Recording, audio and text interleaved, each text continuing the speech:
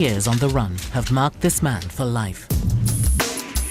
A German soldier who escaped from the US prisoner of war camp and duped the FBI for decades, reinventing himself and living the American dream to the full.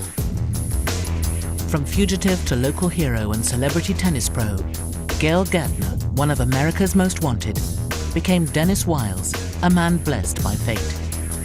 But just when the FBI was giving up the chase, it all went wrong, and his life fell apart.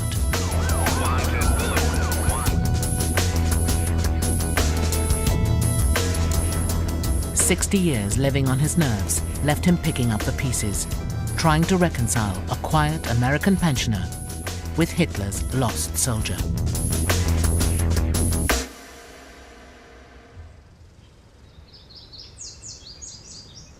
Dennis Wiles looks like an average retired American. He enjoys reading his paper and watching TV, the gentle pleasures of later life. But scratch the surface, and Dennis is far from average. His life is quiet now, but for 40 years he was on the run, existing without an official identity and surviving on his wits. To find myself on the wanted list where all the murderers and criminals are was, of course, very, very sad for me. The whole thing about being a escapee or a fugitive is not a good thing. But this was not a life that young Georg Gärtner, growing up in Eastern Germany, could ever have imagined. He was from a respectable family, where religion, discipline and order were valued. So how did the young Georg find himself dodging the FBI for 4 decades? Luck, good or bad, played a major part in Georg's fate, and excellent timing helped him survive the Second World War. At 19, he enlisted as an officer cadet and completed his basic training. And in November 1942, Georg received his marching orders for the front. I see the platform, and I see the faces, and I see the train. Yes, I can still see that. Smiling, trying to stay strong. And I looked out as long as I could see the platform. And we waved goodbye. But of course, I didn't know I would never return. Georg was lucky. He was sent to Tunisia in North Africa, rather than the Eastern Front, where the cold Russian winters devastated Hitler's army.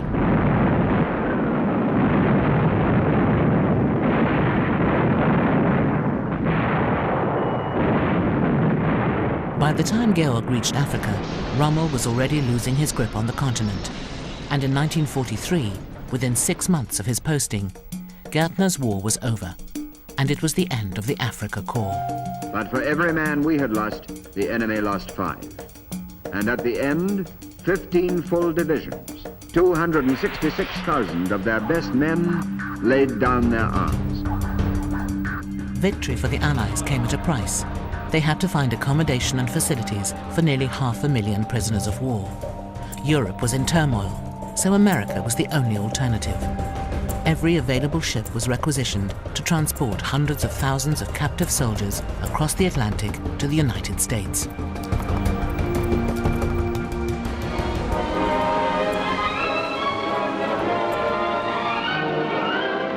The Wakefield has delivered the goods. She has come back with another live cargo. A cargo of men who were once part of a mighty destructive force. A cargo of men now broken and defeated.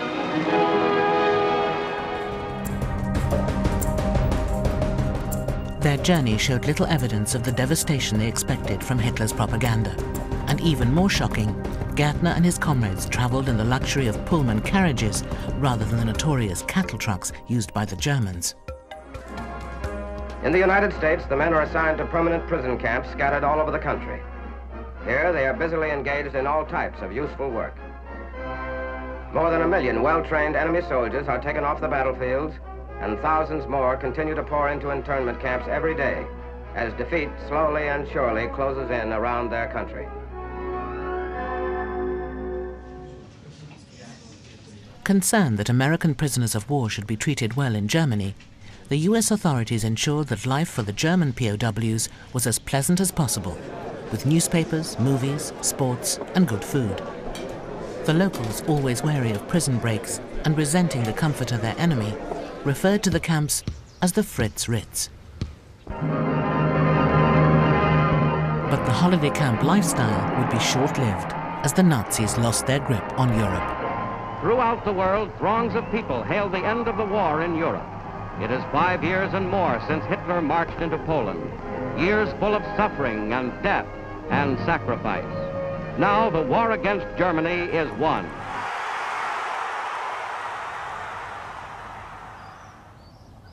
By May 1945, it was time for the POWs to return to Europe. But the Europe they would be returning to was very different from the one they left, and the prospect was causing sleepless nights. I had read that in Potsdam and Yalta, the Allies had decided to return the POWs to their home regions. This was out of the question for me, because the Russians had overrun my home, Schweidnitz. I'd already spent 2 years in captivity, and that was enough. You have to break out. I was driven so hungry for freedom that I would have preferred death to captivity.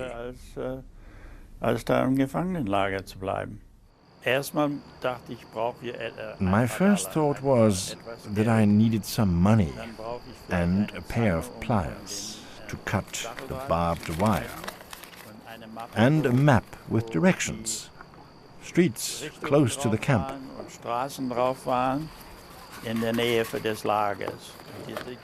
I hid them in a crack in the wall, behind a skirting board.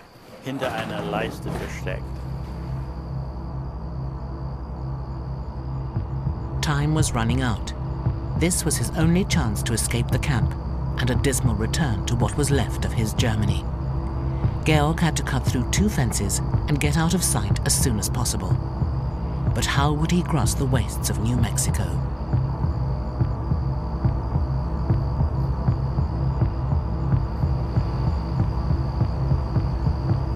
I was already through the second fence,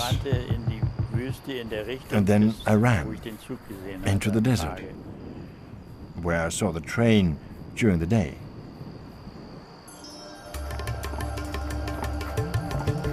It was only a matter of time before the guards would notice his escape. I found an old, dilapidated house where I could hide. Verstecken.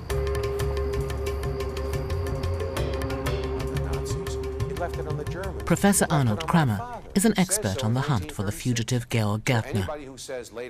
It is noted in this file that roll call was taken that day in the barracks at 10 o'clock at night, following a movie in the POW canteen. Rather late for a standard POW camp. The alarm was sounded at exactly 10:13 p.m. Camp guards were alerted and all barracks and rooms were searched, the files tell us. The guards also searched underneath the barracks, and the barracks were built on stilts to prevent the prisoners from tunneling. The Deming Police Department was finally contacted at 11 o'clock at night. Police officers were informed, and the police were put on high alert. Suddenly, 2 police cars drove up. They stopped, and the officers got out and talked. Georg was cornered. Was it to be over so soon? How could he hope to escape now?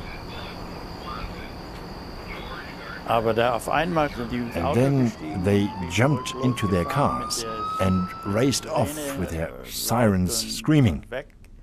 I was lucky. They almost had me. The police were only out there on a routine patrol.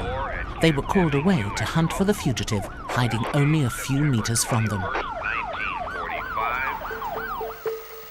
His lucky streak would protect him throughout his decades on the run, but it was not without a price.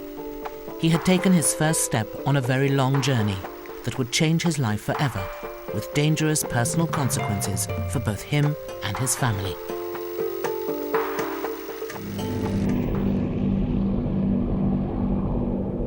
The search began here in Deming, New Mexico, where the prisoner of war camp was located. And from Deming, the chase centered on the desert. After all, this man was an Afrika Korps man, and the authorities felt that an Afrika Korps man would naturally go into the desert. It never occurred to the authorities that, in fact, he might have jumped onto a train which ran very close to his prisoner of war camp and taken him out of the area. Which is exactly what Gärtner did. He was on his way out of New Mexico, heading for a new life in America. But where would he go? What would he do? And how would he survive? He learnt some English in the camp, but not enough to get by undetected. He had become a fugitive and would have to live on the edge and on his wits until his next lucky break. But it had to be better than going back to Germany and his hometown, now overrun by Russians. So here in America, land of the free, the 24-year-old German started a new life on the run. When he got off the train in California, he faced a huge challenge: how to find his way into an unfamiliar society, learn to fit in and go unnoticed. He was a wanted man, so he started at the bottom, on the outskirts of town, in no man's land. I was lucky to find shelter for the night. The next morning, I went out and mingled with the crowd in the street, careful not to look at anyone, because I didn't want anyone to look at me. I'd walk down the sidewalk as if I was going to work, just like them, but my heart was pounding like crazy. Pretending to be deaf and dumb was the only way he could avoid speaking while he perfected his English. You learn to speak English, but actually it was so frustrating that many a night I actually cried because of the frustration. I couldn't express myself, and I couldn't express myself in German.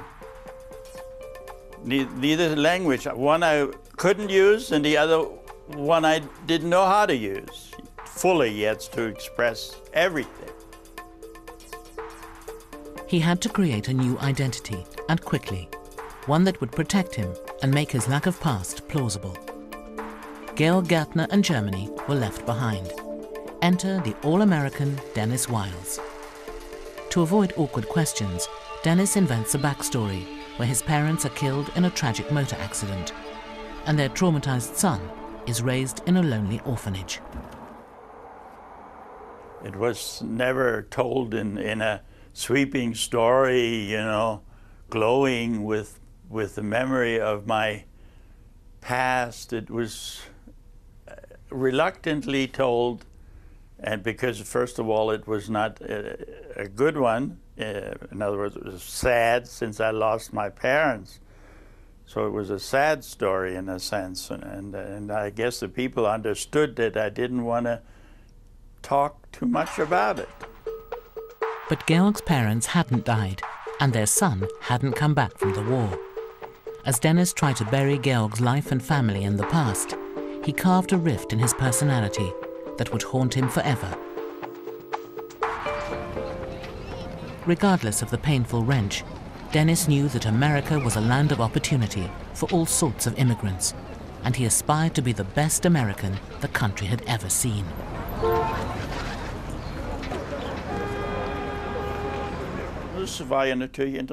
It was really interesting. You're in a new culture and you observe the way people interact with each other. The Americans are quite polite towards each other and like the way you learn anything you imitate. I had to imitate what they do.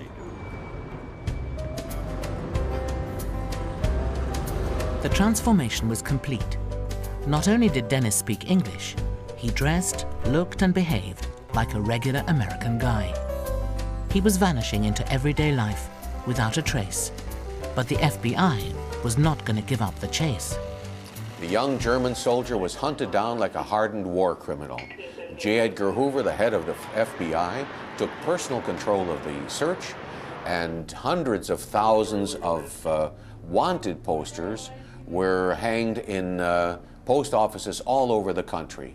Georg Gärtner was now a full-fledged public enemy, and stacks of reports were dutifully filed from coast to coast, and still he managed to elude the FBI and the authorities. Dennis stayed on the move, taking jobs where no questions were asked. Dishwasher, lumberjack, cotton and fruit picker. Then his luck started to run out, and the day he'd always dreaded caught up with him. He got hurt on the job in a lumber camp and was taken to hospital, where he was asked for identification. He was faced with a dilemma: receive the treatment and be discovered, or risk infection and flee. I could not stand being locked up in any way, shape, or form. I had no clue where the exit was. I just ran down the corridors, down the stairs, found myself in the laundry area. Had to run through the laundry and found the exit, the street exit. I could breathe again. Panic attacks and night sweats would become constant companions to Dennis. In July 1946, he received another blow. The last German POWs were finally being shipped home, and he would not be going with them. His thoughts turned to his homeland and family. Did they know he was missing? Did they even know if he was alive? The memory of Georg Gärtner and Germany was burning a hole in him, and he wanted to go home. For 14 months he struggled to stay in America, and now, without identity or travel documents, he couldn't leave. He had to find another way, across the Rio Grande into Mexico. I just counted on my instinct. You have to get out of this country without papers. So I looked it all over. I walked to the bridge, to the middle, and I looked over to the Mexican side, and it was pitch dark. It was maybe 9 o'clock at night. It was dark everywhere. And on the American side, there were lights, street lights, people, music coming out of clubs, and there was like day and night between the two countries. It was too much to risk, and Dennis Wiles decided to stay for good. America in the 50s was in a post-war boom, and he intended to make the most of it and engage in life to the full.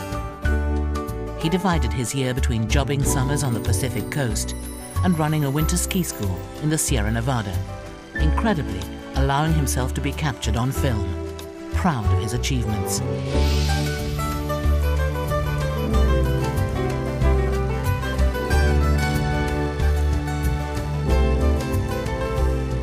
His talent for skiing was learned in Georg's youth in the mountains of Germany. His touching backstory and natural expertise made him popular, and in the end, something of a local celebrity, due to an unexpected show of heroism. For 4 perilous days, a cracked streamliner lay marooned in the high Sierra Nevada mountains, following one of the worst blizzards in 50 years. One day it was storming as usual. About 3 o'clock in the afternoon, a call came in from the railroad, the Southern Pacific, and asking me, because I was known as the expert in cross-country skiing, if I would volunteer to take in food. One of their trains was caught in an avalanche, and couldn't move. I mean, we did not save the train in that sense. They were still stuck, but at least they had something to eat. I took some pictures outside. Yeah, I thought I tried to sell a picture and make some money because I had not worked in several weeks. There was no ski school. The newspaper office had taken some pictures of me, which was I was not happy about. It was a full-length picture in the Auburn Journal. I got lucky again, I got through, and always scary. Scary and scarier. Along with 5 other prisoners of war, he had been on the run for 6 years now, but the FBI was not giving up. To Dennis Wiles, Georg Gärtner was dead and buried, but for the authorities, he was very much alive and needed to be caught. For Gärtner, no place was safe. The FBI was hot on his trail, and the exclusive club of half a dozen fugitives was quickly apprehended. That is, there were 6 German prisoners who were outstanding, who had escaped during the war, and they were being caught one by one by the FBI. The exclusive club of fugitive prisoners of war was now down to a single man, and that was Georg Gärtner. Hoover wouldn't relent, wouldn't give up. He was determined to get his man, and the search continued both in the United States and, according to the files, abroad as well. In Germany, a CIA agent tried to find Gärtner's hometown, Schweidnitz, to get intelligence from friends and family, but failed. Germany's borders had been redrawn after the war, and the city had become Svinica and wasn't recognizable as the middle-class, genteel place Georg left as a young man. Far from the wreckage, Dennis Wiles, a healthy young man in his 30s, moved to one of the world's most beautiful cities, San Francisco. Life was good, but even living a solitary existence, he was never entirely free from scrutiny. And how long could he hold together the rift he carved in his own personality when he buried Georg? He was increasingly emotionally unstable, and the whole of America would soon be shaken to its foundations by a political catastrophe. One day, jogging along in the area of the Golden Gate Park, this other jogger pulled up beside me and said, "Hello, I know you from somewhere." I just looked at him, and I didn't want to know him from anywhere. And I said, "No, I don't think so." But he said, "Yeah." All of a sudden, he's speaking German, which I don't understand. "I know you, don't I? From Africa. You served in the Africa Corps, just like me." What? I played dumb, as if I didn't understand. I gave him a stupid look, and he finally left me alone. Hat mich doch noch einmal angeguckt und ist dann doch zurückgefahren und hat mich allein gelassen. But it was a hair-raising experience when somebody speaks German to me. He tried to bury his native language along with Georg, but the cracks were showing, and his mental state was sliding out of control. The Kennedy assassination stopped the world in its tracks and released years of suppressed fears and wartime memories in Dennis.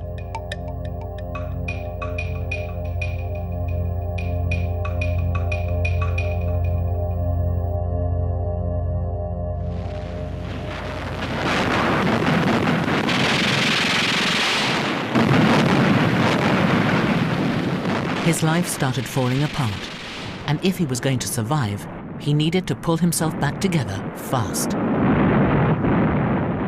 The future looked absolutely dark, and so I decided for that day I would go to the ocean and get some strength from nature, and I painted a big wave that was coming in. It symbolizes actually the life, the struggle of life in a sense, because it's the two elements are fighting each other. It's a certain struggle, the water against the land. And I feel alert because I have that same feeling of being attacked by the water. The whole thing about being a escapee or a fugitive is not a good thing. If you wanted to, you could have a nervous breakdown any day. So unless you get off this negative feeling and build yourself a normal life with bad days and good days, you would not make it. Dennis's only option was to risk finding someone to share his life with. But where to begin? He started by going to dances. Someone came up behind me and said, "Would you like to dance?" So I turned around, and here was this tall, nice-looking man. And I said, "Yes, thank you." So we moved to the dance floor, and I turned around, I put my arms up around his shoulder. And right away, I could feel a connection. Dennis felt the connection too. And for the first time in 20 years, America's Most Wanted got the chance for a new lease of life and the possibility of some emotional comfort and support. Dennis asked Jean to marry him, but perhaps through fear or habit, failed to reveal his past. And, perhaps because of a previous failed marriage, she was reluctant to ask. He brought into the relationship a man who had this horrible prison experience, war, none of which I knew, none of it. Dennis wanted desperately to stay in the US. He tried to bury his fears of discovery and deportation with the memories of Germany and Georg in the recesses of his mind. But suppressing his emotions flawed his relationship with Jean. Was this why he could never reveal his true identity to her? If you want to stay out of a prison camp, in this case a prison camp of war, prisoner of war camp, or if you escape, I don't see how you can use your name, your correct name, because then you might as well go to the nearest police station if you do and turn yourself in. That's impossible. Would have hated to be arrested as an illegal alien and deported. What most people don't understand, when you're deported, you cannot return. So Dennis and Jean's relationship paid the price for the unspoken secret. But life together was better than life apart. So here you have two people. I'm looking for a safe harbor. He's looking for a safe harbor. But never could we figure out who were these two people. So we established a pattern of our existence. Jean brought 2 children from her first marriage, so the Wiles appeared to be the perfect American family, successful and prosperous. But with so many people in his life, how much longer could Dennis go without his past being discovered? The FBI had not given up, and 20 years after his escape, the scandal of Hitler's lost soldier was still attracting attention in the press. This unwittingly apt extract was written by journalist Herb Kahn in the San Francisco Chronicle. Wouldn't it be interesting to know if Mr. Georg Gärtner, pride of the German tank division, is strolling down the streets of San Francisco at this very moment? And what impressions this elusive POW must have of our magnificent city and its unique ethnic makeup?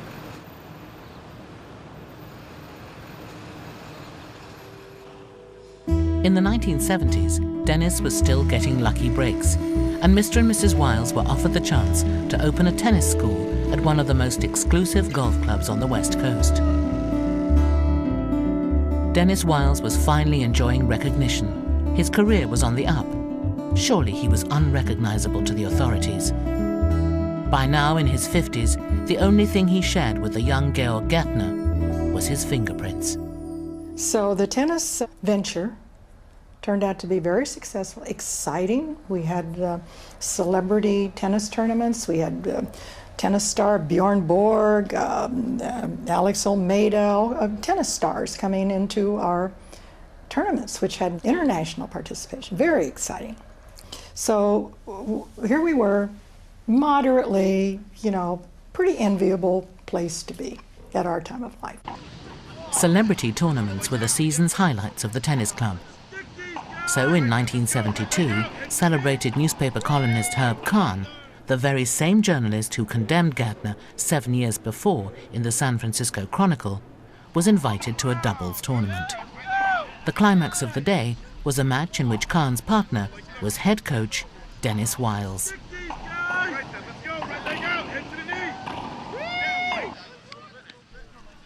The irony of playing doubles with the man who wanted him behind bars for good was not lost on Wiles. But Kahn never realized the true identity of the partner who helped him to victory.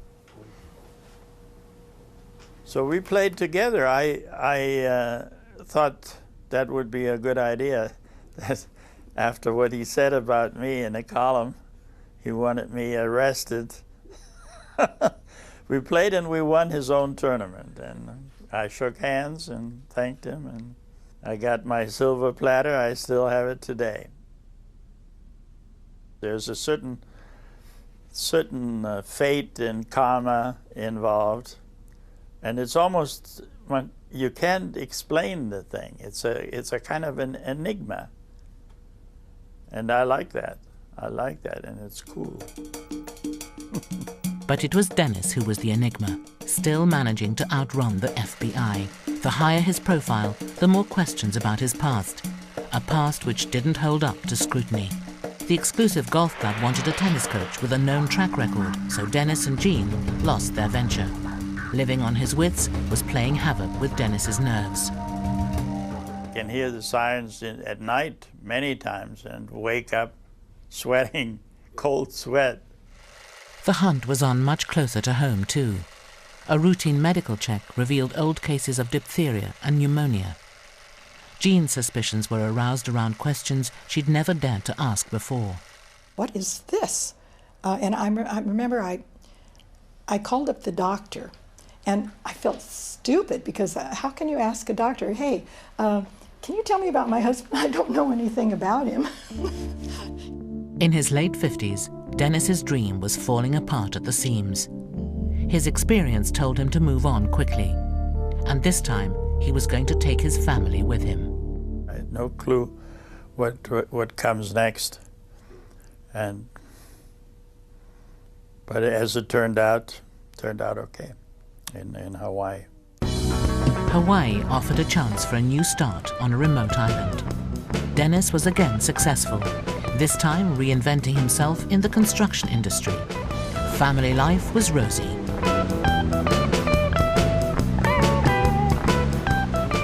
This was somewhere where they could put all the questions behind them and perhaps plan for a happy retirement.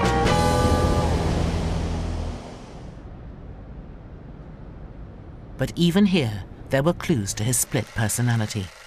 The family home was named Casa Gemini, House of the Twins. The FBI had followed a cold trail for 3 decades. There was no trace of Georg Gärtner, Hitler's lost soldier. In 1975, decision-makers in Washington finally considered closing the case. Even so, wanted posters with the photographs of a now unrecognizable youth were still on display in the 80s. Dennis's anxiety never died away. He was always tormented by the rift between himself and the long-gone Gärtner. He couldn't let himself think what might have become of his mother, father, and sister over the past decades. The pain they must have suffered, never knowing what happened to him. And ironically, just at the time when they were planning their retirement, his luck finally deserted him. Jean needed some papers for their retirement plan and just couldn't find anything.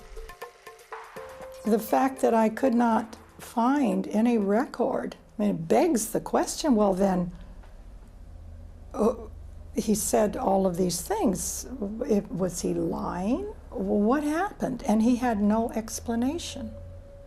And so she confronted me with that, and I had no real answer. By that time I was getting a little tired from running probably, and I was getting on in the 60s. I was in the 60s. And she was right. I knew she was right. I had to do something, but I had no clue what to do. Again, a perfect opportunity for him to say, well, now, you know, a little thing I forgot to tell you on the way to the wedding chapel. And she said I packed my bags and I'm leaving. And of course, that cracked me wide open. And I could hear the taxi driver coming up. And I started to the door, and I just made one last try. I turned around and I said, because I thought maybe he committed some dreadful, you know, what could it be? I said, Dennis, are you some kind of a criminal? So when she took her bags and went to the door, I said, I'll tell you. And then I made my confession to her. And then he broke down and he told me his story. And I had all of these, the emotions to wash over me. Finally, I had an explanation. Finally, I could understand all of the emotional deprivation for me, all of those years when I could never connect with him on a deep emotional level. He was never available to me. All the other needs that are along with that in a marriage that I never got from him, because he's locked up in that fear and that terror and anxiety and tension.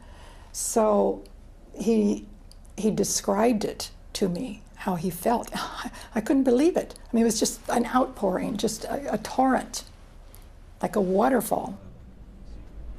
In 1985, after 40 years on the run, Dennis Wiles turned himself in, and Hitler's lost soldier confessed all. My presence here today is due to the most precious aspect of my years of freedom, my wonderful wife of 21 years, Jean, and her 2 children, who I helped raise as though they were my own.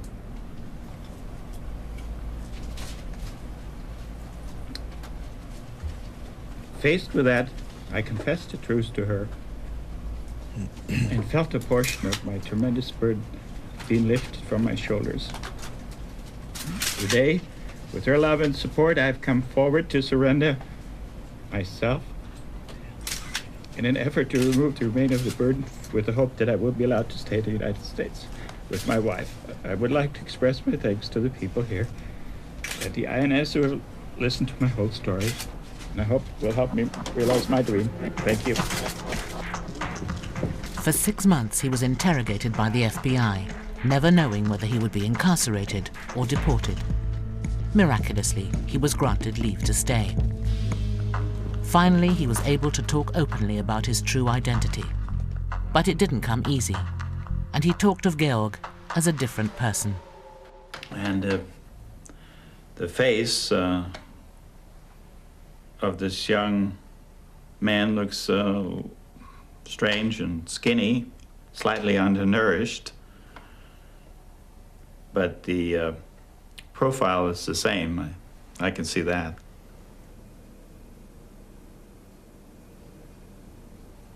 A lot of memories are coming back, and he's part of my life. He's part of the first 24 years of my life.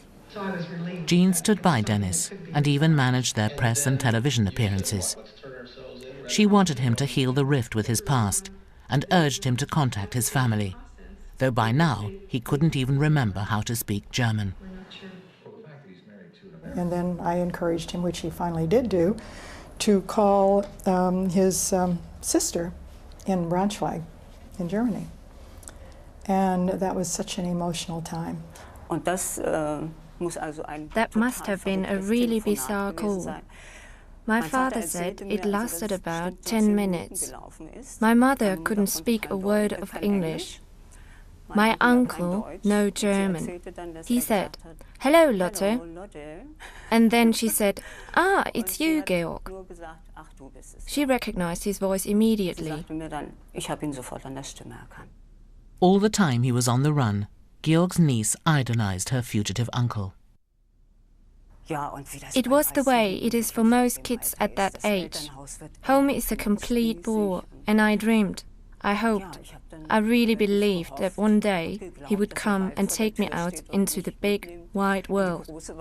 Yes, he was the proverbial uncle from America. Lots of people had that dream, America the land of opportunity. But I really had an uncle in America, and I really believed he was still alive. Hitler's lost soldier finally came home in 1986. Georg Gärtner returned to Germany. Well, they're wonderful feelings when you come back to your roots. There's no question about it.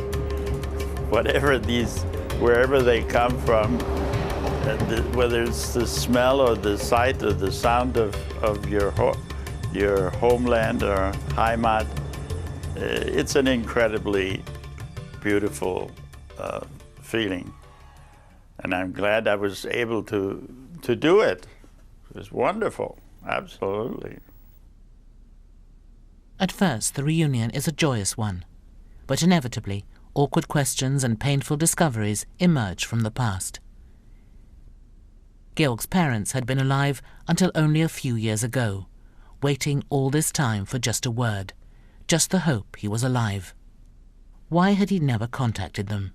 Here they are at Christmas time, sitting at the table with a picture of me on the table.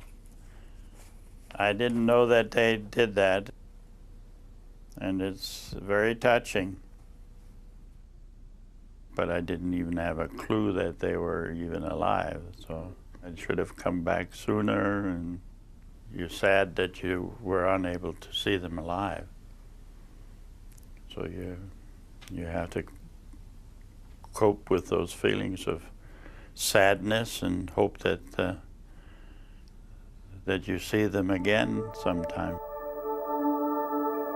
The prodigal son traveled through his homeland as if it were a foreign country. He was in turmoil again. After years on the run, he was finally free to stay in America, but now felt the strong pull of Gärtner's roots. He decided to stay on to try and heal the wounds of the past, to relearn German, and perhaps make a little money from painting. But what happened to Dennis Wiles's family in this story? For a year and a half, I grieved over this loss. I hear nothing from him. Finally, after about a year and a half, and I was still with my important job and lots of things, I began to make some new friends, and finally I started dating. Jean could bear the desertion no longer and finally filed for divorce. Georg Gärtner was on the run again, this time from his emotional self. There was nothing to go back to the States for, but there seemed little to stay in Germany for either. His family's joy at his return was cooling. Guilt hung over him. He couldn't make a living from painting alone, and he wasn't eligible for a German soldier's pension. Even the familiar buildings of his middle-class youth were tired or ruined now they were in Poland, where respect for their grand German past was dead and buried with the war.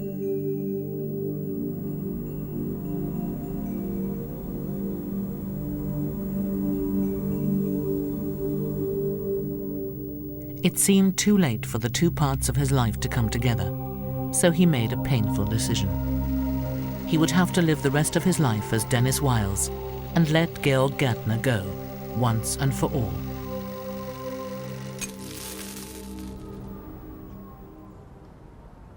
Today, Dennis Wiles lives in Boulder, Colorado.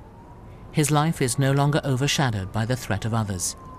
He enjoys a quiet retirement, a little painting, watching TV, and meeting friends.